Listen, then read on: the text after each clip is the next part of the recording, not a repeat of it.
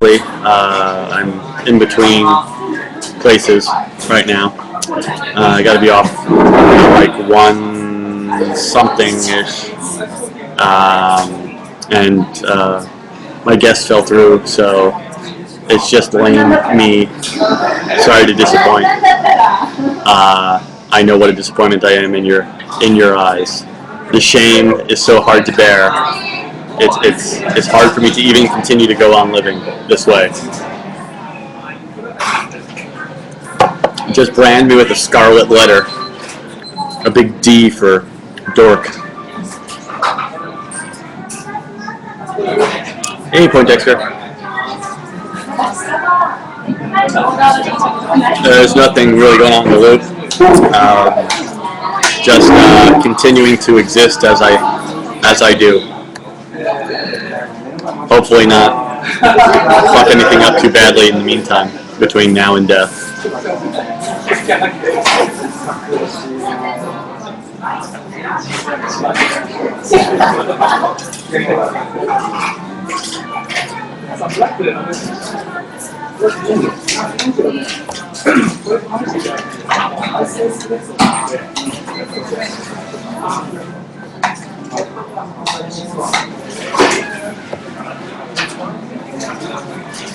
Terminator. Nice. Nicholas 1989. Kudos on the first question of the day. Absolutely. I was having a discussion about this recently with someone. Unfortunately, I can't remember the exact quote. It was a very cool quote. But he was saying that, like, it's true. Like, I think Christian societies like the U.S. somehow imagine that irreligious societies that don't have some dominant religion, are some like wild heathen, like where everybody is like killing each other and stealing and raping, and I think some like truly religious people imagine that that's what the world is like in countries that don't have like religion to keep them from doing bad things. And essentially that's Japan. Japan does not people don't like not kill or not steal because they're afraid of hell. They're afraid of being caught by the police, obviously, and they're afraid of public humiliation. That their family, friends, people around them will look at them in a bad way. And so far more so, I think, than in the U.S., the Japanese are very sensitive to the opinions of others around them, and would be less likely to do something illegal for that reason. It's not everybody. Obviously not. There's criminal elements in society in general, but I always used to, when I was teaching, I used to ask Japanese people as a question, like, hey, you ever steal anything? And they'd be shocked at even the concept of the question, like, no, of course not. And then I'd usually say, so where'd you get that pen? And like half of the time it was like from their office.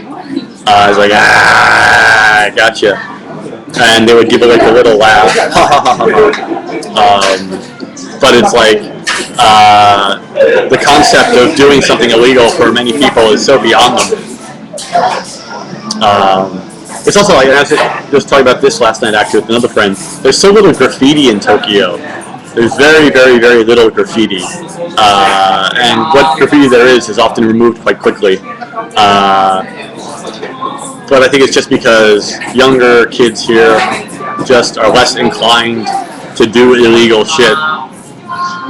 Whereas, like, I think for young North Americans, it's almost a rite of passage to do something illegal at some point.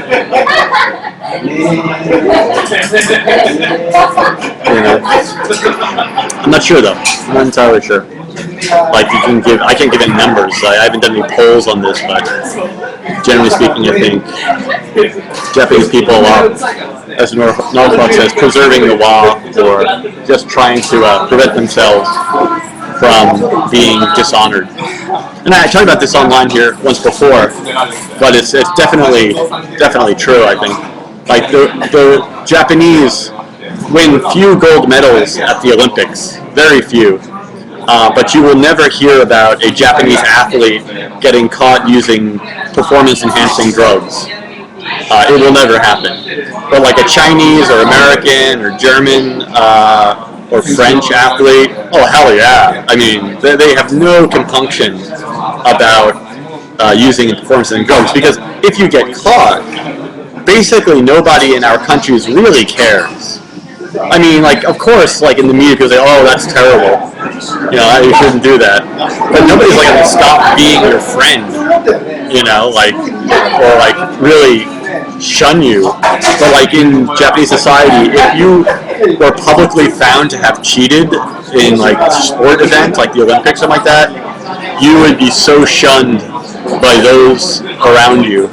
Like, you would be like some families would disown you, you know. So I don't know. Kuta, is it hard to get a job in Japan? It is impossible if you cannot legally get a visa. And the necessary requirements for getting a visa are clearly spelled out by the Ministry of Justice. So I recommend researching that and finding out what those requirements are before talking about getting a job. You need to get a visa. If you have a visa and the proper requirements, getting a job is as easy as the economy allows in any place. Right now, I've heard from people that it's not as easy as it was to get a teaching job.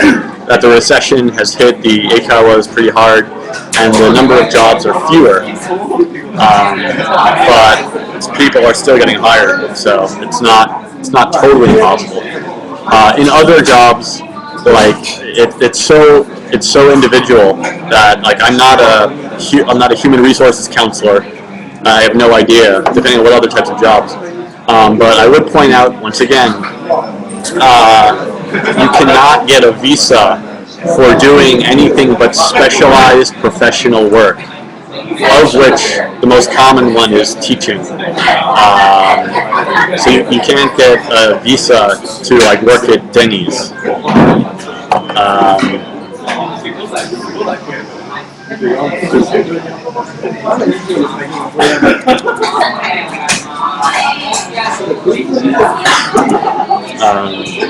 So that's basically the deal.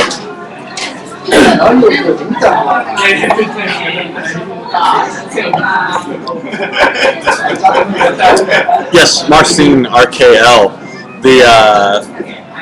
Like money goes further in China or Thailand or places like that. The problem is if you live and work in that country, you are paid in the money of that country. So visiting from a country where your salary is relatively higher is awesome. But working and living in that country, you'll be getting paid money that's far less valuable. So when you transfer it back to, like, say, US dollars, it's worth very little. It's one of the many reasons why I chose to work and live in Japan rather than China. I actually was much more interested in China before I moved. I spoke some Chinese. I was very interested in China, but for me it was just quality of life issues and exchange rate issues. Like living and working in China, unless you're working in business, like you're not going to make a lot of money. But in Japan, you can make enough money to travel fairly easily around Southeast Asia. Well, Chinese, all kanji originates from China, and they're similar in Japan, but it's kind of like if you are Spanish and looking at Italian, you can recognize a lot of the words, but it's different. It's totally different. Like the sounds are different. But often the meaning of the word. It's like if you see, like for example, banyo. Like as an English-speaking person, maybe I could kind of guess that says bathroom or Guten Morgen in German. like Guten Morgen in German. Yeah, I can basically see that. Sometimes they're similar, but they're completely different. I was not raised in China. What? Where did that come from? Before I moved to Asia, I was curious about China. I studied Chinese in university, so I thought about living there. But after doing some research, I decided Japan, for financial reasons, would be much easier. Originally I was planning on being Shanghai Cooney. But I never, well, this is way before, this is 10 years ago. We're talking about, we're a decade ago. It was before YouTube existed. But for me it was basically, and I think these reasons should be obvious, but quality of like life, meaning like air pollution, food safety, freedom of religion, the ability to actually practice. I'm a Catholic, practicing Catholic, to like go to a legitimate Catholic church freely, rather than like a state-sanctioned Catholic church in China. Also, I've been researching online. I read many posts, mostly from a website called Dave's ESL Cafe. Was a website I got most of my information from. Actually, almost 90% of my information from. And that website had a few too many horror stories about Chinese people cheating teachers out of their money, and the Chinese government basically saying, too fucking bad, next time be from China. And I heard a few stories like that about Japan, but like in terms of number, like the on that website forum, according to that website, it seemed like a 50-50 chance of you getting paid according to your contract in China. And in Japan, it seemed like it was possible there was some fly-by-night companies, but essentially it would be rare that you would get totally fucked over by a company. But although it was possible. So for me at the time, it just seemed a bit more like that. Japan seemed the safer of the two options. Literally, I took the safer option. The less like adventuresome route in my mind. Hello, Tokyo Love. I am in my most boring of places, the Ebisu Tully's Coffee here in Tokyo. Where might a Roman Catholic go for service in Tokyo? There's not many Christians. I personally go to a church in Akabane, which is hilarious because there's like two masses. There's like a Sunday morning like 7 a.m. mass, and there's no way in hell I'm going to that unless I'm still drunk from the night before, and I need to get some like really quick forgiveness in before like before the next day even begins. It's like something horrible the previous evening. Very possible. I'm by no means a good person. I'm just been raised Catholic, and I still go to church every day. But the 5 o'clock, there's a 5 p.m. mass on Sunday, which is all Filipinos. It's like 90% Filipinos, and the priest is actually a Filipino who does the mass in Japanese, but he doesn't actually speak Japanese, so he just reads it phonetically off of like cue cards. And like the difference between the two masses is so huge. Like Japanese people sing at church in a very half-hearted manner. It's very, very like it's bimyo. But the Filipino mass, oh my god, it reminds me completely of the mostly Latino services I went to when I lived in LA County. When I lived in Los Angeles, I used to go to church services in like an 80% Latino neighborhood. And there was fucking tambourines and people on guitar, and like it's the same here. It's like seriously, the Filipinos are the Mexicans of Asia. Absolutely. Like the Filipino church services in Tokyo, it's like they've got their like their banjos and guitars and they're banging tambourines and they're singing in Tagalog. It's hilarious. It's like it's like almost the point where it's like it's really cute. It's like really charming. Like they just look so fun. And then like they have to like the non-singing part. They're all so bored. They're all so incredibly bored. And actually, the other really funny part. Actually, I should do a vlog on it. I just feel a little bit weird about filming during services.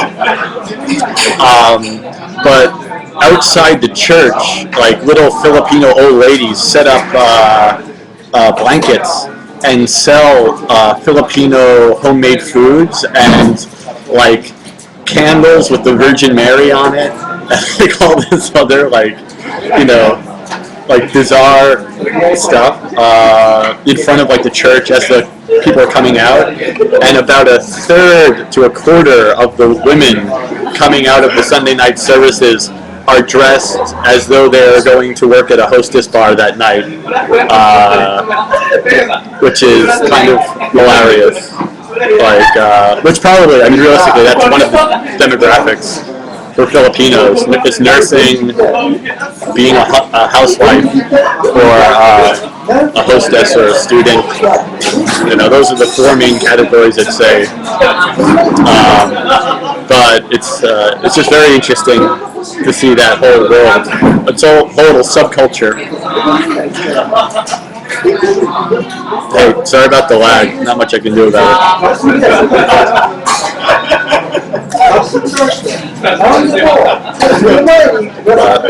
So, it's interesting though. But there's also like there's a white church, like it's all white, basically down in Roppongi. It's run by the Franciscans. And in Yotsuya there's one.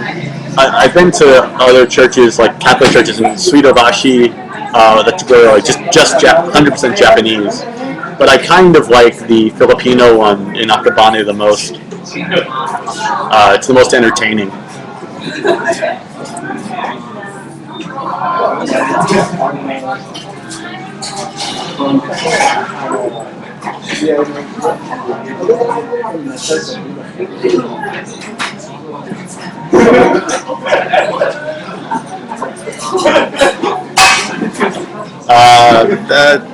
They don't really care. I don't notice. I don't know. I guess they look and think, oh wow, that guy's talking to a computer, but it's really not that big an issue. It's not like I'm like severing the head of a small chicken or anything. I mean, it's within the realm of normal societal function. It's not that bizarre. I mean, people are aware of internet communication technology. It's not like I'm in like 1880s Japan and they think like, you know, my devil box is possessed by evil spirits. I think people pretty much get the idea that I'm web conferencing with somebody. It's not that bizarre a concept in modern society anymore. Like when I'm vlogging in the streets, they just think, oh, tourist, you know. So I don't think it's really an issue. I think it's if they just think I'm a tourist, or they think I'm, you know, web conferencing with somebody back home.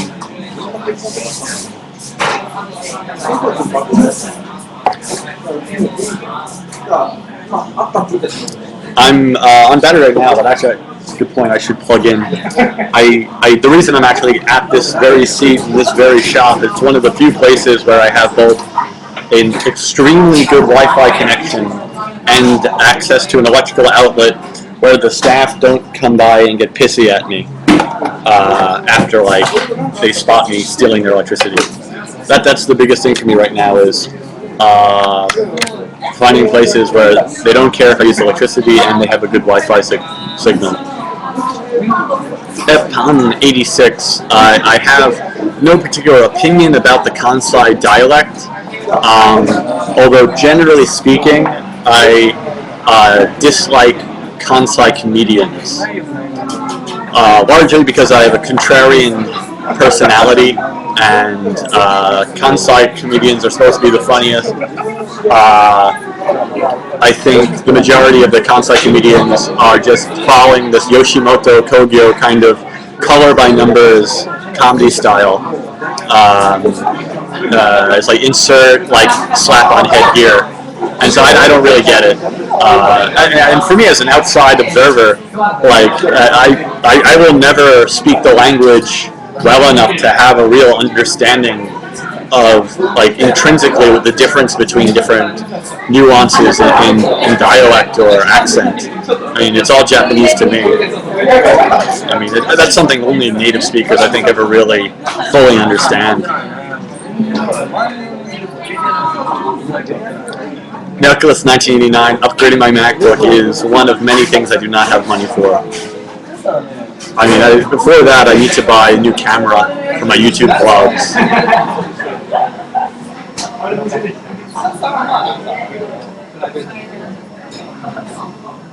Late blossom, not accidentally necessarily. I wouldn't say it's like something that you're like tripping.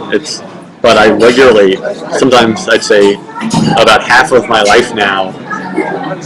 Like yesterday, I was thinking, speaking in Japanese 80% of my conscious day, because like when I speak in Japanese now, my Japanese is not perfect by any means. I'm not fluent, but I don't translate when I speak mentally. I speak directly from thought to like out of my mouth. And so when you're in like, I was in like a 6-7 hour long meeting yesterday in all Japanese, like at some point, like you completely forget English in any way, shape, or form. You're just in the moment of the Japanese thing. And it doesn't mean my Japanese is great. It doesn't mean my Japanese is great. It just means there's no step between translation from English to Japanese. It's because of frequency and exposure to the language, frequency of use, exposure to the language. But still my grammar and vocabulary are shitty. Those are things you actually have to practice, like actively, like studying to increase your vocabulary, and having someone correct you when you say something wrong. But it's and for me, like my process of learning Japanese involved a lot of alcohol. For the first 3-4 years, was out at a bar almost every night drinking and chit-chatting with local people. And I think something about the process, something about the space in between being sober and drunk, there's a place where your brain can begin to operate differently. And so I think that was one of the situations to which I was able to kind of get over the translating thing. Like where I stopped translating and started speaking directly from Japanese, I think in the bar hopping process. That social environment is what brought it out. Because things started coming out naturally more than like thoughtfully. Like instead of like thoughtfully thinking, oh, I want to say this, I would just say what I was able to say naturally from the like kind of bucket of language I had. I would pull whatever was available rather than think of a sentence in English first and then say, how do I translate this into Japanese? I would just have like this repertoire of comments I could make and pull those directly out, given by reacting to the situation. But I think alcohol was a key factor in the developmental process of that skill. But it also means like I have a lot of ingrained, very sloppy mannerisms in Japanese that are really hard for me to change. Because I talk like I learned my English, I learned my Japanese in a bar. Essentially. My accent is horrible. Like if I call a hotel to make a reservation, like 3 words into like my Japanese reservation, they switch to English, and it's like it's on the phone, you can't see me. Come on, I tried.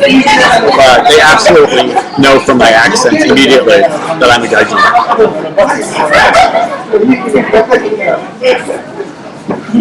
Why do the Japanese say the N-word?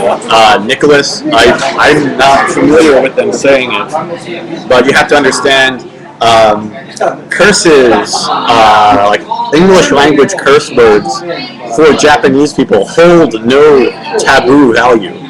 It's just a word. So they have no concept of why that word is bad. So for them, like, you know, it's just a sound. So they have no connection or understanding to the cultural background or social meaning of a certain word. So like, yeah, so they have no understanding of it. Nicholas 1989, she absolutely was not saying that. I think you know that. You're either making a joke or incredibly obtuse.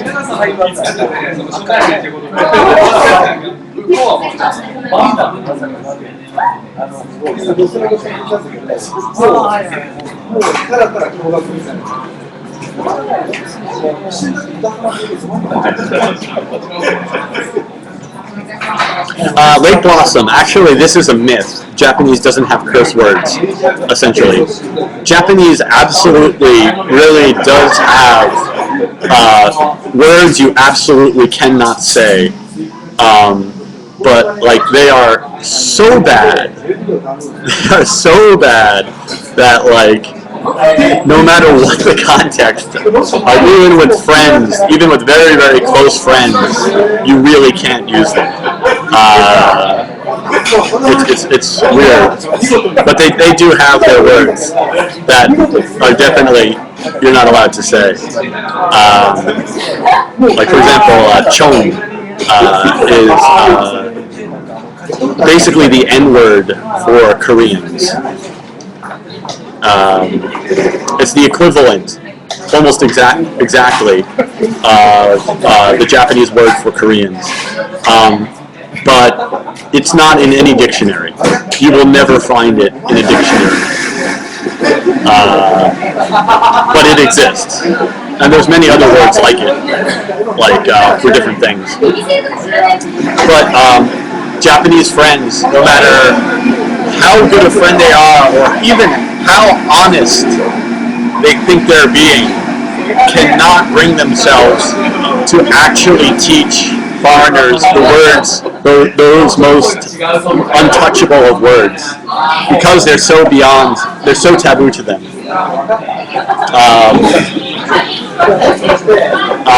Yeah, then how do you learn them? Yeah, exactly. I only found out about them after reading original Japanese texts or overhearing Japanese people talking to each other, and then asking someone, what does this word mean? And them freaking out, like, oh my god, no, we don't say that. And I'm like, no, I actually heard 2 guys on the train say that, you know. And they're like, oh, but like the words, they don't even appear in Japanese dictionaries. But they've been around for like, you know, 100 years or more. But nobody talks about it.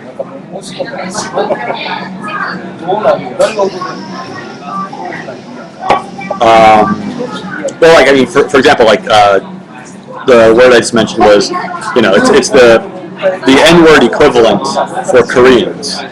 So often it's racial. It's a racial term. Words for handicapped people. Also, there's a class of untouchables in Japanese society, which essentially many people who have lived here for many years are not even aware it exists, because nobody ever discusses it. But there is a lowest class of untouchables, kind of like India has, that they just don't discuss. And so even the word itself, like, people are very uncomfortable if you even use the word, and the word doesn't appear in the dictionary, although it exists. It absolutely exists. You know, so it's like there are, but they're not. Noshok, yeah, they basically dealt with dead bodies, butchers, leather makers, things like that. But the thing is, things that are taboo in Japan are actually taboo. Like in the West, things that are taboo are not really taboo because somebody's got to break that taboo. Like all of Western modern society is based on finding a way to break. Is there any remaining taboo? What? It's I remember an art exhibit in New York City once. There was a big controversy over it called Piss Christ, and the art exhibit was basically a bottle of urine with a crucifix in the bottle, and people were debating: is it art? Is it freedom of expression? Should it be allowed to be displayed in a public gallery? And there's all this big thing about it, but it's just sort of art had gotten to the point where it was just what's the most offensive thing we can possibly do at this point to human emotion to get a response from people. That's the level art is at in the West, and Japanese art, maybe some arts are that way, but they don't break taboos the way we break taboos. You know, it's not comparable at all. Taboos are still taboos here, basically. Nudity, right? And it's weird. Nudity. People here are so fine with nudity. I mean, I see naked people all the time. I once or twice a month, I go to a public bath and shower with 5 to 10 other naked Japanese dudes. People are fine about it. At a cherry blossom party, if someone got naked, they would be like, he's drunk, it's a cherry blossom party, that happens. But, in other situations, no. I don't know. It's, they don't have as many sexual taboos as I think we have in the West. Noshok, I think you're right. I think the Japanese are less prudish compared to Americans.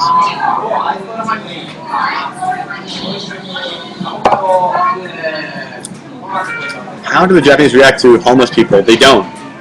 They don't react to anything, which is the same as me on the laptop. People don't react to things. The entire society is based on this amazing skill to ignore what is going on directly next to you. Largely, people say in Tokyo, because it's so crowded, you can't survive in such a crowded city unless you just block out so much of what's around you. So we just ignore the homeless.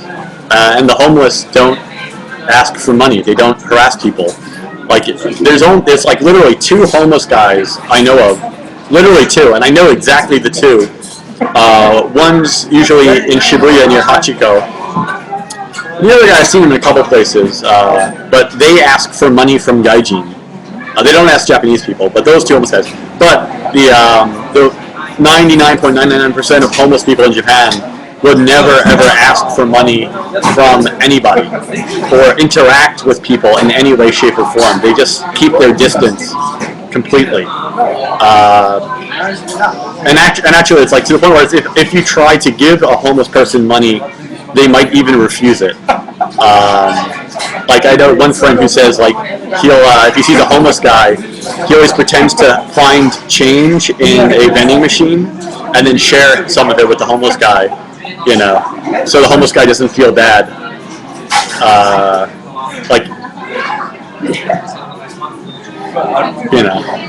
don't know, but it's completely different from the West as far as the homeless. And but there's this one guy in he lives essentially on Sentai in Shibuya, and he's usually shirtless. His pants are in tatters. He's got this huge Rastafarian fro, and he just stands on the street and he just looks for gaijin, and he just goes up to gaijin because he knows gaijin will pay. Gaijin, oh, a homeless person, yes, oh, I'm so sorry for you, and give him money. But Japanese people would just be like, no, fuck off. Are you crazy? Obviously, he's crazy. You know, it's literally like the only one. He somehow figured out that if you ask gaijin, they'll give you money, and like that gaijin are used to it, and he has no shame. So yeah, and he might be brilliant. Like in another way, he's like living large probably compared to every other homeless people. Every other homeless person is up at like 4 o'clock in the morning collecting tin cans and cardboard to sell for recycling money to survive in their little tent in the park. But that guy is drinking 40s and eating BK burgers probably.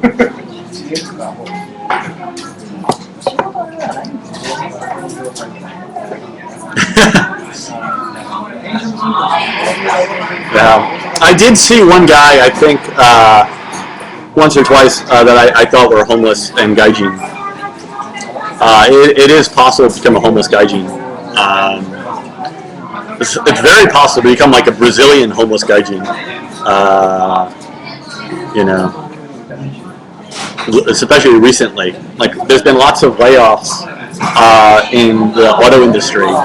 So a huge number of factory workers, South American factory workers, are now unemployed, and there's absolutely no other jobs for them. If you're like a Westerner and you came here like on a teaching visa, there's usually another job. You'll find a job somehow. But for factory workers, if those jobs get cut and they don't have language skills even, there's literally nothing else they can do. So they have a danger to become homeless. Whereas, like, if you, and this is why they don't let people in except for professionals, because if you lose your job as a professional, somehow you can find another job. But if you have no professional qualifications or skills, the likelihood of you being able to retrain easily is nil. So that's why the rules are so strict. So, Nicholas, 1989, you have to be a native speaker of the language you are teaching and have graduated from a 4-year university in any degree course. You can study anything, but you have to be native level. It's a basic requirement. But that being said, like, I've met Puerto Ricans whose English was horrible, like, but they were born in the United States of America, so paperwork-wise, they are. Also, I have seen people who are, like, for example, German, and like married to a Japanese person, and they were white, and their English was very good, and they just didn't tell people they were German. You know, or they were like people from Holland, other Europeans, very good English skills. But the thing is, they can't get a visa for teaching the language. If they have a visa through some other means, then they can teach. You can do whatever the hell you want. You can, you know, open a fucking supermarket and sell apples if you have a visa to do so. But if you want to get a visa for teaching, you have to be a native speaker. No, and now they're also painting the house next door. So it's noisy as hell, and they've got like all these tarpaulin and stuff. But I'm thinking now, while they're painting the house, is a good time to try and just get rid of all the bottles, because maybe the whoever put them there will blame it on the construction crew.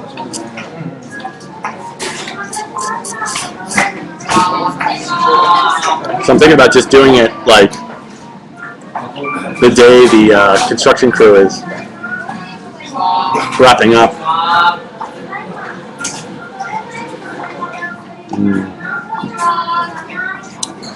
It's that, or just slowly. I've been taking one at a time and using them to water my plants in front of my house. So the number has been slowly decreasing.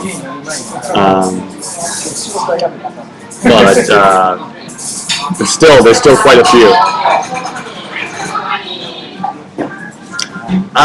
Tully's, I don't know. Some Mr. Donut does free refills.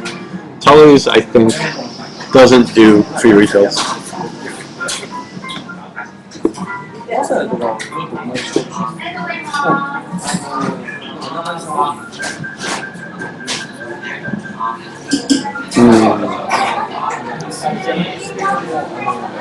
Exactly, yeah. Like on a working holiday visa, you can also teach English.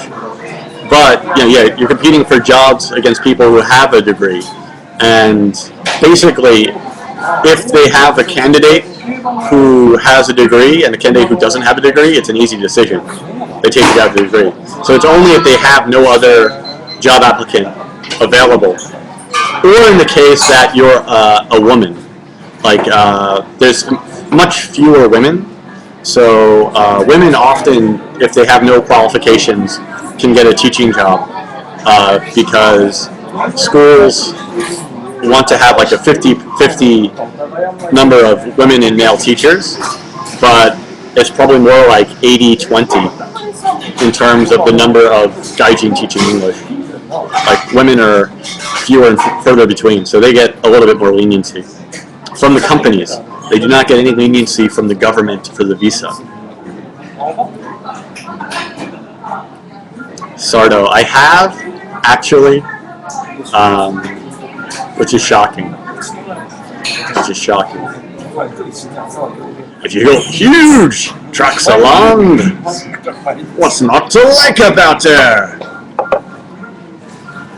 Oh, but father, I want the girl that I marry to have a special something. No singing! Sorry. I'll stop. Somebody quoted from something and it put me mentally somewhere else.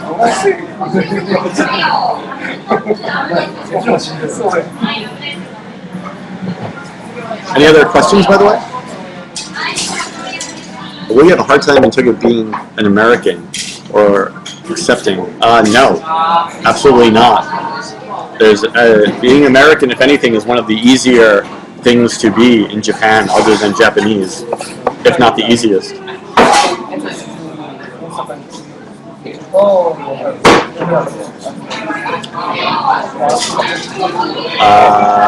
Yes, Jason B2. I did say that about the spinach, or more likely a piece of nori seaweed. Does the over formality ever go away? Yes. And no. Like it's contextual. Like an older husband and wife refer to each other in the most informal, actually rude terms, like "oh my." But contextually, if you're meeting someone for the first time, you have to use the most polite formality. So it's context. The relationship does affect. Like if you've known the person for years, they're more likely to tell you. But like in an office context, like people are not going to tell you you've got a piece of nori in your teeth.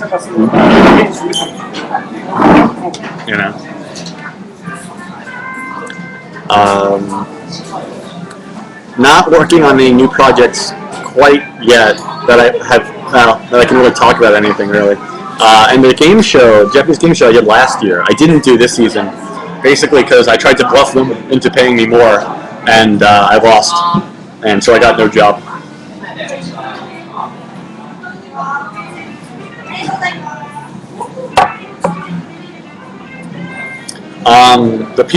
Why do people from Nigeria all seem to work at clubs trying to get you to come in? Because that's essentially the only job available to them. It's not the only job, obviously. There's Nigerian bankers, there's Nigerian financial analysts. There's Nigerian diplomats. There's Nigerian, everything. But the wide majority of them living here don't have those jobs. They're working in the bar industry because they don't have access to other jobs legally, for legal reasons. It's like why do Filipinos all open why do Koreans all open laundry shops? Why do Chinese always open restaurants? Why do it's like 90% of a certain ethnic group somehow seems to gravitate towards one business model, and it's like they get their foot in the door in this one business model, and then that's it for them in that country. That's the job that nationality does forever then. But of course, some small percentage of them do break out into other fields. But in immigrant cultures around the world, largely there's an economy, an immigrant economy to itself, that supports these people through connections and things like that. It's the same as anywhere. What's your favorite food, Japanese food outside of ramen? It's a tough one. I think I would go with outside of ramen. Well, really soba. Soba is number one. Ramen's maybe number two. Number three, I'm gonna go with tonkatsu. Can be good. Eel, and the thing is, I like eel a lot, but I don't really have the urge to eat it that often. It's like a once every couple months thing. It's just delicious, but it's definitely not like something I crave so often.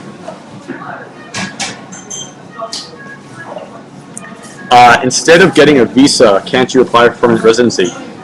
You really can't apply for permanent residency right off the bat unless you have exceptional circumstances,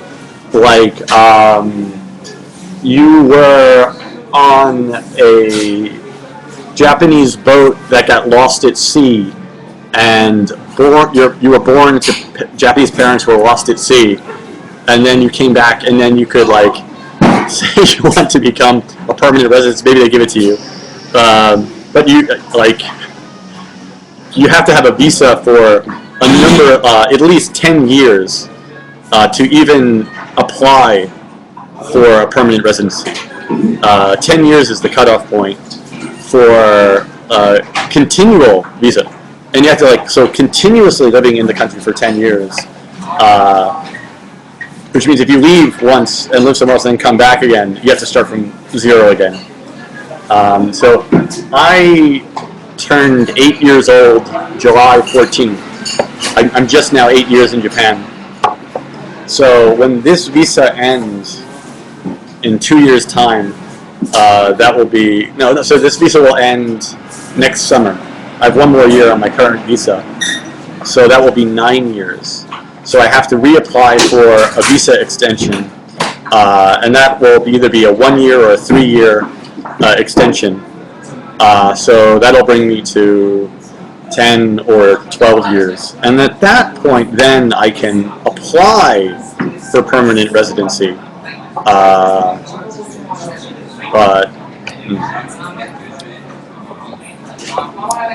Yeah, sort of, absolutely. 8 years? Holy shit.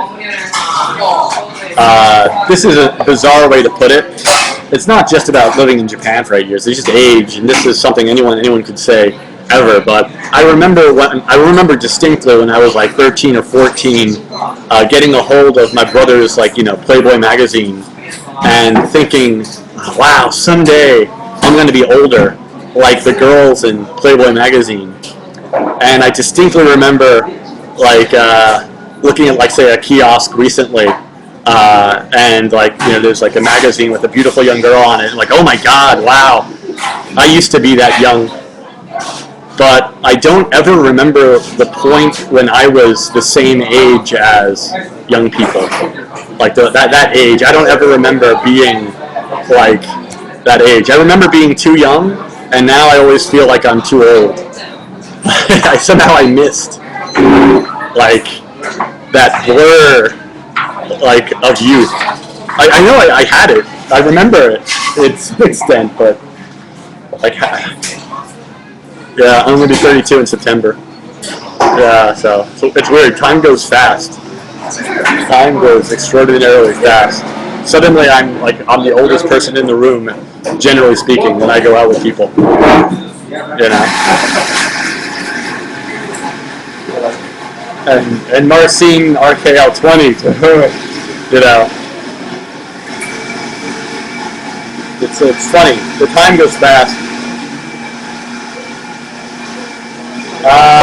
Yeah, it's something like 5,000 yen to renew your visa, something like that. And then you also, if you plan on leaving the country, have to buy a re-entry permit, which is like another 3,000 or 4,000 yen. So it'll set you back about 8,000 yen total for a new visa and a re-entry permit. All of this is going to be changing soon, I believe. They're in the midst of debating a huge overhaul of the foreigner registration system. Sardo, I am tired more, and I don't give a shit as much. And like when I was like 23 or 24, I would give a shit about stuff like my hair. Like for example, this mess right here, I'd try and do something with it. But as I get older, I care less and less. And I like that. It's a good trend.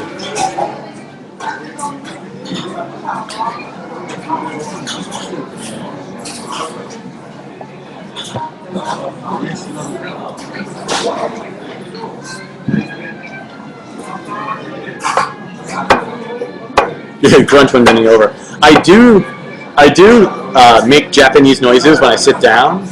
A lot of people who lived here a long time do this. But Japanese people, mostly old men, when they sit down, say "yusha, yusha" as they sit down.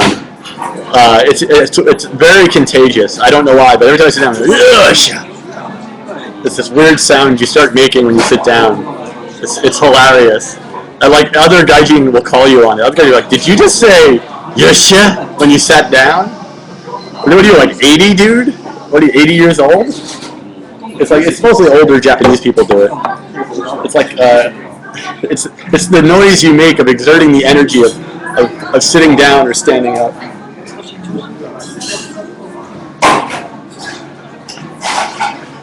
Yeah, I don't do odo. I don't do odo.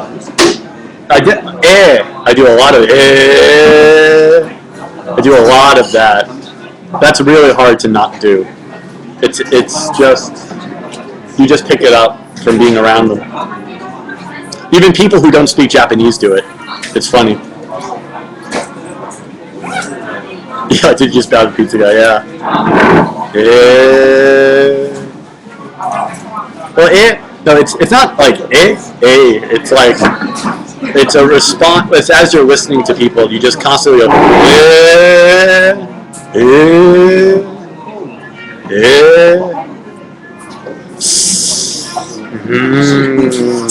do kana, like do kana. Thinking noises. There's a lot of thinking noises. Soka, so kane, do kana, do kane, do kana.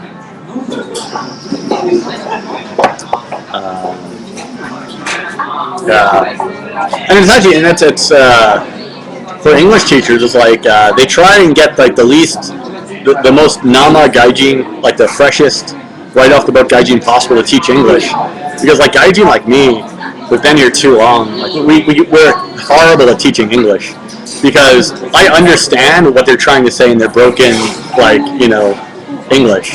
Like I understand like pidgin Japanese English so well that they're just like, what? Color, place, time, and I'm like, oh yeah, I know what you mean, you know. But like, if you're really new, it's really hard to understand what the hell they're trying to say. And guys and gals who waited a long time start making all those Japanese filler noises, and so the Japanese person feels like they're not talking to a real foreigner. So it's actually most schools prefer people just off the boat. They're also cheaper, obviously. People with experience, you have to pay more, and it's not necessarily beneficial to the company that you're experienced.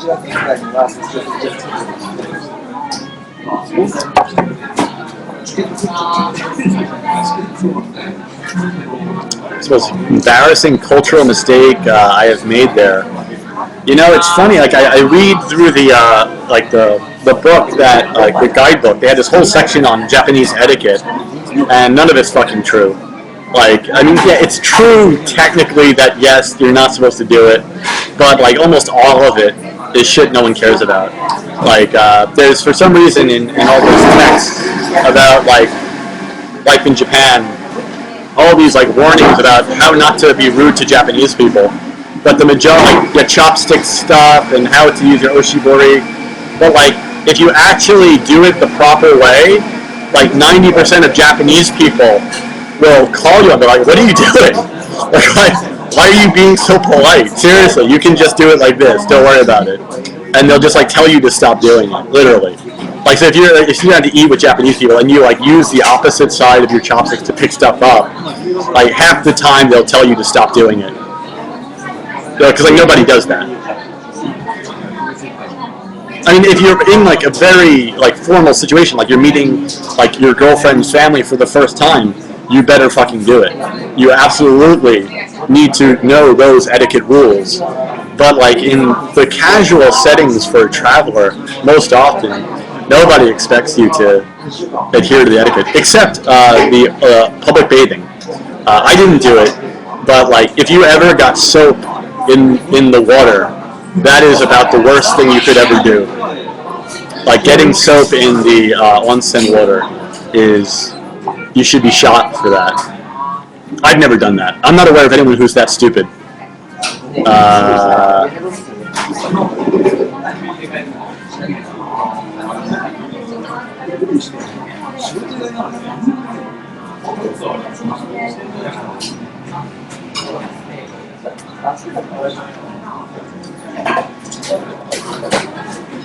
Yeah, Marcin, yeah. Thank you and I'm sorry. Like, Japanese say thank you and I'm sorry, and it's different in meaning from when we say thank you and I'm sorry. Like, for them, it's like, I understand. I see. Maybe. It's a closer translation. So yeah, it's like the language is different from how they use it culturally. So often they overuse words.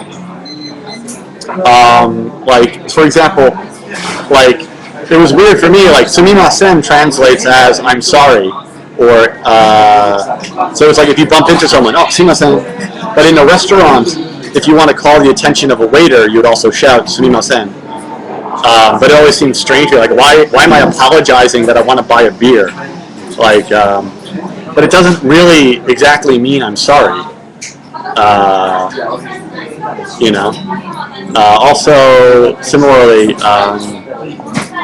like arigato, they say it about anything, you know, and like there's genuine, there's like, and this is true in any language. This is, I believe, any language. There's when people are actually really saying thank you actually for something specific, and then there's the just you say it because you have to say it situation. Like it's necessary in the context of like the interaction. Like, you know, how are you? Fine, thank you, and you. It's not, you know, it's not actually, they don't mean it. You have to say it given the context of the situation. But it's different in different languages, what words they use, and how they use it, and how frequently. Yeah, I've heard the legend of obrigado, meaning arigato. I don't know if it's true or not. I think it's an urban legend, but I would be surprised that the word thank you was a loan word from Portuguese. But like the Japanese didn't have the word for thank you before that, or they used a different one. I don't know. The difference between domo and arigato, there's no difference really. You use them together often, or use one only. Domo would be a little bit more casual, I guess, if you're walking out of a restaurant. The domo, it's a light thank you. But domo arigato, you can use them together. You can use just arigato. It's not such a big issue.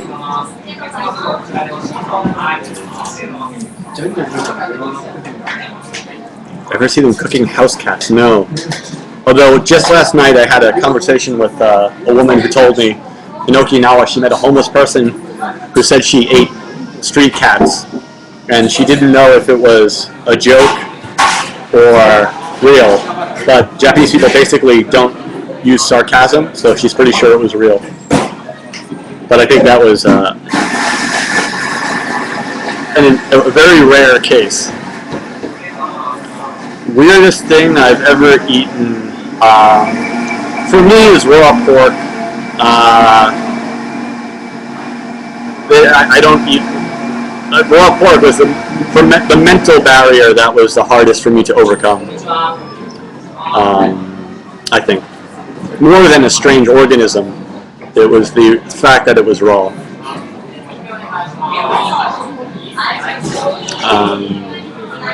And there's a specific hitaru ika, I think it's called. It's a small kind of squid about this big. It's kind of pickled and purple, and you eat it whole and you bite it, it kind of explodes in your mouth and juice comes out. That's probably the most horrible thing I've ever eaten. I think that's called hotaru ika. It's usually served as a kind of little accompaniment for nihonshu, aka sake. Yeah. It's Psych 54. I don't know if it's that good. It's really nice. I like it a lot, But it's like let's think of the equivalent in the States, like turkey or something like that, where I like turkey, but I rarely eat it, And like good turkey, when it's really good, is like, it's awesome. It's really good. It's really nice to have a nice turkey meal. But I very rarely ever eat that. Oh yeah, my hair looks like shit today. Totally. Dako-chan, also known as the Black Sambo doll. They sell to yeah, Tick's wrong. They have a different national storyline than we have. Like, a Sambo doll is not culturally inappropriate here because they don't have anything. Yeah, open collar today. It's crazy. I'm wearing a linen shirt. This is summer Cooney. It's amazing. I was just like, fuck it today. But yeah, it's with there's, like, I have this one African American friend who randomly wrote on her Facebook post, she's like, oh, I went to this bar called Orange County, and I happened to know the bar, and I was like, oh my god, wow, you went to Orange County? It's a small bar in Echoda Station. I used to live near there, so I go drink it there every now and then. But like during the day, it's a toy shop, and at night, it's a bar. It's a really cool place. So basically, you're drinking inside a toy shop. The staff are all very young surfer dudes.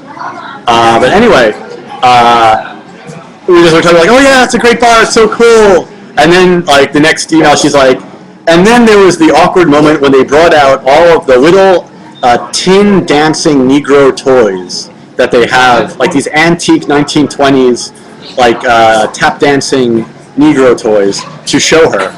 And they're like, oh, look at this, we have this antique toy from like 1920s America. And she's like, oh, that's interesting. But the thing is, like, there's no national storyline about that. So it's just like some people who are very international would be aware that this is not something an African American person would be happy to see. Like, but they were not. They were just like, oh, I bet she's never seen this. Well, I wonder if she's ever seen any of this, like, antique thing. Like, it's unknown to them, And that's the issue so many times with quote unquote racism in Japan. These are issues that North Americans have about race that they bring with them when they come to Japan, and Japanese people are not aware of this, of this shit often, because this is all a North American racial issue, particularly when it revolves around issues of skin color. Issues of skin color are largely a North American, European thing. Issues of national origin is a Japanese thing.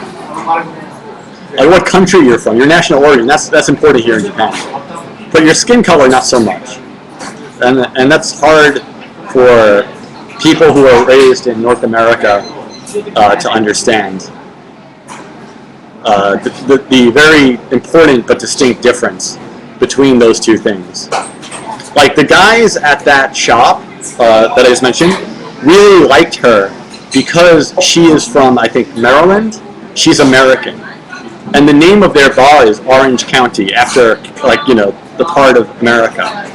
If she had walked in and said she was from Ghana or Nigeria, their reaction would have been largely different to what it was that she's American. The fact that she's black is kind of irrelevant.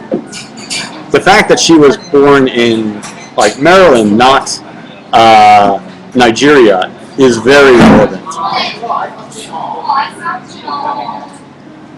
Like the likelihood that one of them would date her, like one of the staff would be interested in dating her, is much higher if she's from the States than if she's from a place in Africa. Actually, Africa.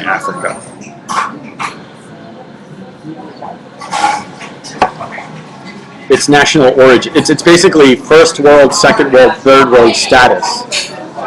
Japan, since the Meiji period, Japan trounced Russia in the late 1800s in the Japanese-Russo War. From that point, about 80% of Japanese cherry trees were planted. To give you an idea of the importance in the national psyche of that event. The Russians were about to make Japan a colony, and Japan kicked Russia's ass. And Russia was humiliated by the Japanese. And it was the first time an Asian country had defeated a European power. And basically, Japan then said to all the other European countries, bring it. We are not the same as these other Asian countries. We are not colonized. We are colonizing other people. And so from the 1880s on, the Japanese have had a very strong self-image that they are separate from the rest of Asia in that they were never colonized by Europe. They are like Europeans in that they have the ability to colonize other places. So they have always thought of themselves as being a first world developed nation. Like that, Japan is somehow Eastern, Europe, in some way. And that Southeast Asia and China are backwards. Africa is backwards. All those other places are backwards, and it's up to Japan and the other European nations to look after these poor countries. And so they really enjoy giving out government aid to troubled nations, because that's their job as the mighty Japanese. They essentially believe that they are unique in that they're a first world nation, and financially, now that they're second richest nation in the world, they are number 2 in the world, essentially. So it's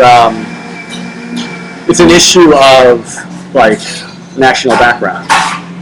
So if you come from Cambodia, they don't maybe dislike you as a person, but there is a sort of class differentiation many people would be aware of. It's more of a class issue, international class issue, I would say, than a race issue. Are medical bracelets the same in Japan as they in North America? I have no idea. Never noticed. Healthcare here is awesome. I'm on their national health insurance plan. It's fantastic. Watching Americans debate public health insurance is comical. Like the national health insurance system here is fantastic and wonderful. But that being said, I've never had huge medical problems, so I don't know. You know, I've gone for my regular, like my dental and health is covered. You know.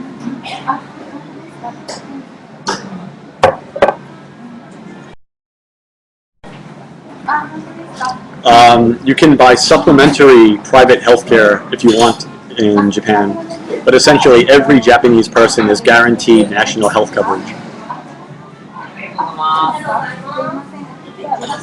No, I've not gotten swine flu yet, sadly.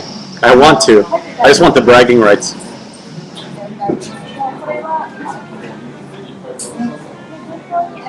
Lana Nelson, I don't know. Japan is actually in a far worse situation than the U.S. because of our age situation. It's now like, 1 in 3 people is over 60. So there's like 2 people for every retired person. That's very different from the U.S. The U.S. is still, retirees are a much smaller proportion. So soon it'll be like 1-to-1 ratio of retirees to working people in this country. So that in that way, Japan may not be able to afford it, and we've been slowly cutting back the amount they cover. So like the government doesn't cover 100% of everything. The government covers like 70% of my charges. So if I go to the doctor, the government takes care of 70%. 30% I have to pay out of pocket. But like that means I've had X-rays done. It's like $1,000. It's like $10 for an X-ray. If I go to the dentist and have a cavity done, it's like $12. Like the price of the actual care itself is so much lower compared to the U.S. Like dentists here make very little money compared to the U.S. Like doctors also are not. Doctors do not drive Lamborghinis here. Doctors, it's almost like a service industry. It's very difficult to become rich as a doctor in Japan, unless you're in cosmetic surgery or something like that. Those specific fields, but like actual like medical helping people doctors don't make money, but they are considered sensei, which is like a socially elite thing.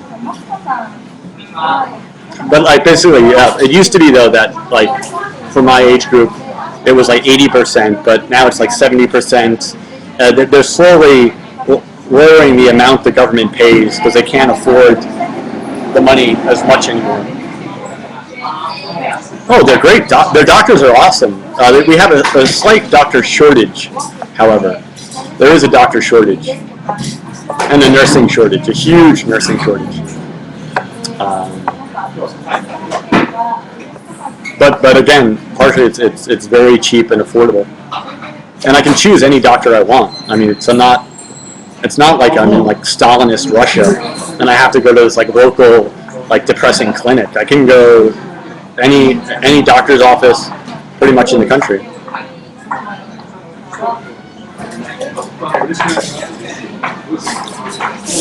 Poindexter, I assume so. I don't know.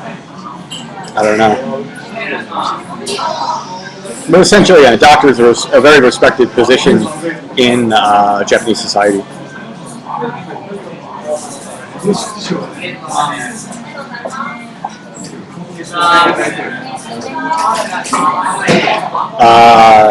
Not Fat Rob, statistics. Statistically, he is rare. That's it.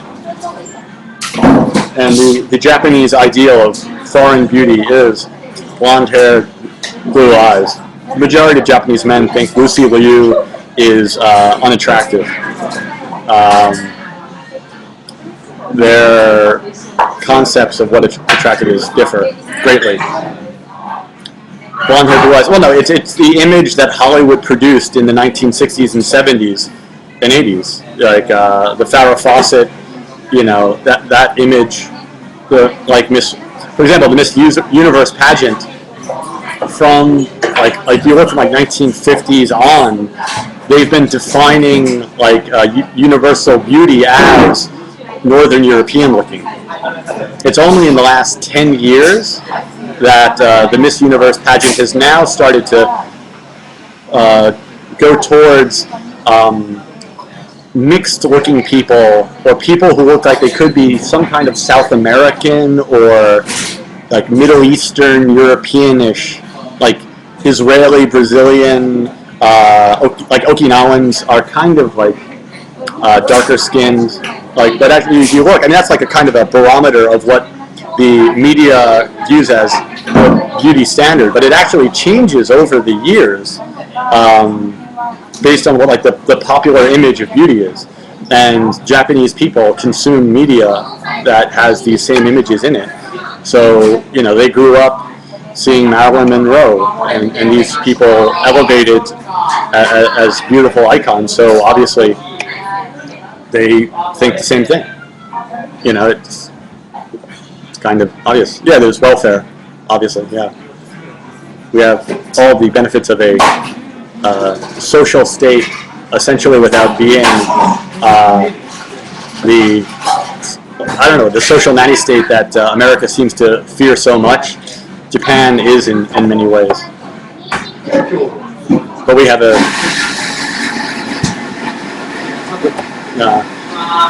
actually, Northstock, thank you for that private mail. You're right. Yeah, Haina specifically is her extremely pale skin. She is almost impossibly like pale.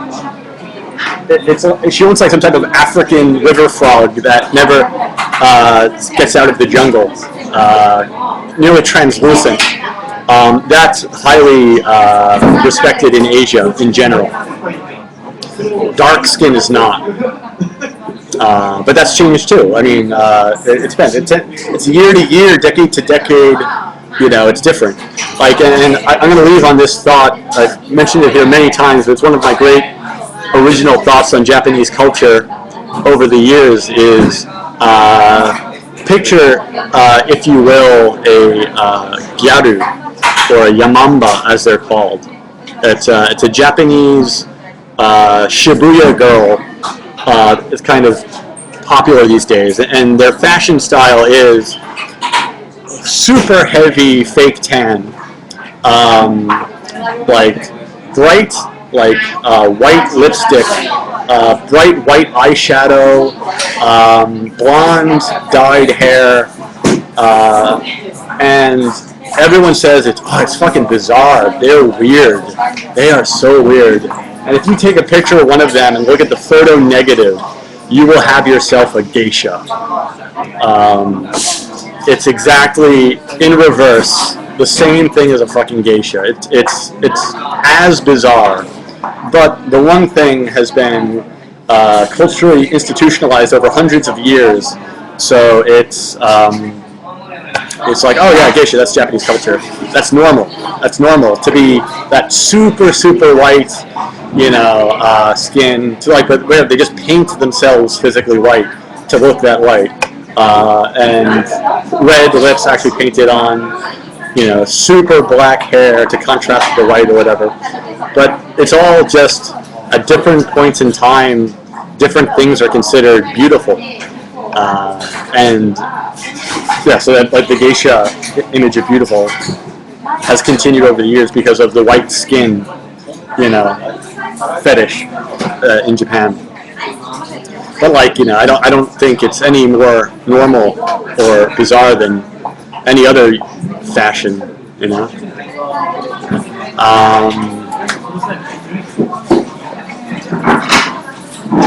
But yeah, and actually, I as I said at the beginning of the show, I have to go to work now-ish. Actually, more like 15 minutes ago-ish.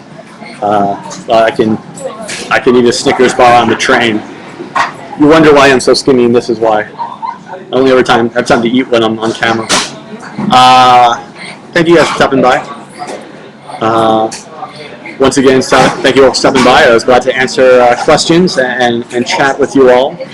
I will be on next week, and again, I'm trying to get guests on the show. It depends on other people's schedules though.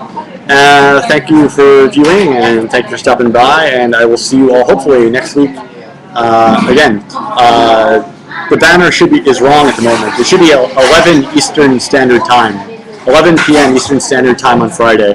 Now, because of the crazy time change thing you people do in the West, and we don't do here in Tokyo, my banner is now incorrect. So noon Tokyo is now 11 p.m. Eastern Standard Time, which is what, like 8 or 9 California time, every Friday. Unless, of course, I oversleep, in which case I'm not here. Giamata. See you guys.